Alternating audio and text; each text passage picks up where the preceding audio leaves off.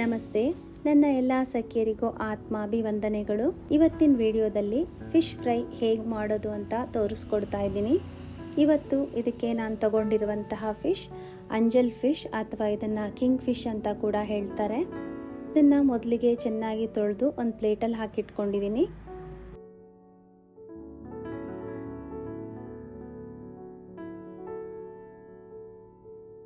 ಇದಕ್ಕೆ ಬೇಕಾಗಿರುವ ಸಾಮಗ್ರಿಗಳು: ಧನಿಯಾ ಪುಡಿ, ಅಚ್ಚ ಖಾರದ ಪುಡಿ, ಶುಂಠಿ ಬೆಳ್ಳುಳ್ಳಿ ಪೇಸ್ಟ್ ಕೂಡ ತಗೊಂಡಿದ್ದೀನಿ.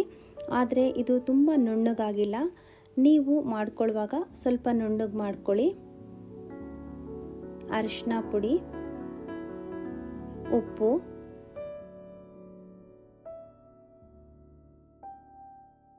ಹಾಗೆ ಸ್ವಲ್ಪ ಜೀರಿಗೆ ಕೂಡ ತಗೊಂಡಿದ್ದೀನಿ. ಇದನ್ನು ಚೆನ್ನಾಗಿ ಕಲಿಸ್ಕೋಬೇಕು. ನಂತರ ಇದಕ್ಕೆ ನಿಂಬೆ ಹಣ್ಣಿನ ರಸ ಹಾಕ್ಕೊಂಡು ಮತ್ತೆ ಕಲಿಸ್ಕೋಬೇಕು.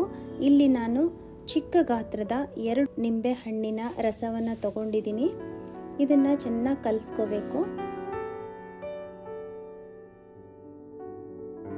ಸ್ವಲ್ಪ ನೀರನ್ನು ಕೂಡ ಹಾಕಿ ಕಲಿಸ್ಕೋಬೇಕಾಗತ್ತೆ, ಯಾಕಂದರೆ ಅದು ಒಂದು ಮಸಾಲೆ ಹದಕ್ಕೆ ಬರಬೇಕು. ನೋಡಿ, ಈ ಥರ ಮಸಾಲೆ ಮಾಡಿಟ್ಕೋಬೇಕು.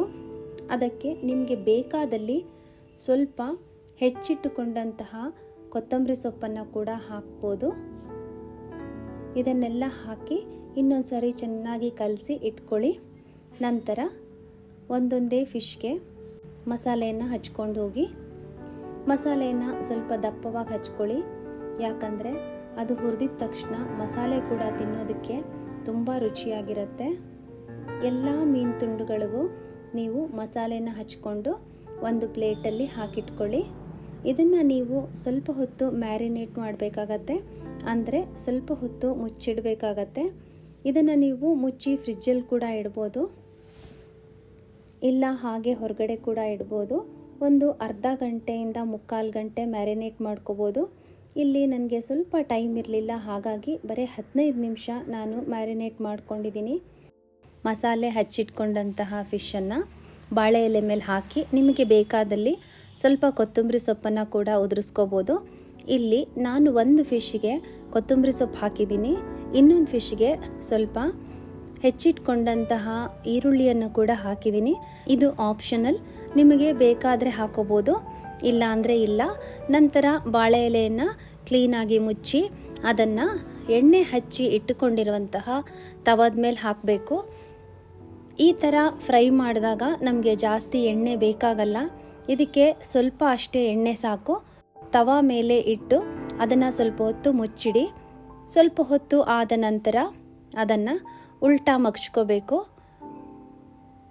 ಬಾಳೆ ಎಲೆ ಕಲರ್ ನೋಡಿ ಫಿಶ್ ಎಷ್ಟು ಬೆಂದಿದೆ ಅಂತ ನಿಮಗೆ ಗೊತ್ತಾಗತ್ತೆ.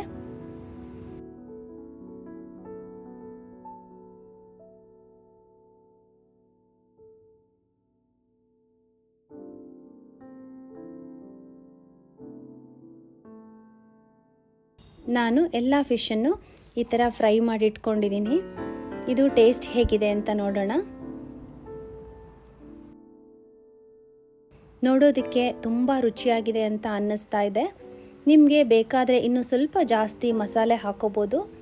ಫಿಶ್ ಯಾವಾಗಲೂ ಮಸಾಲೆ ಜಾಸ್ತಿ ಇದ್ದರೆ ತುಂಬ ರುಚಿಯಾಗಿರುತ್ತೆ. ವಾವ್, ಟೇಸ್ಟ್ ತುಂಬ ಚೆನ್ನಾಗಿದೆ.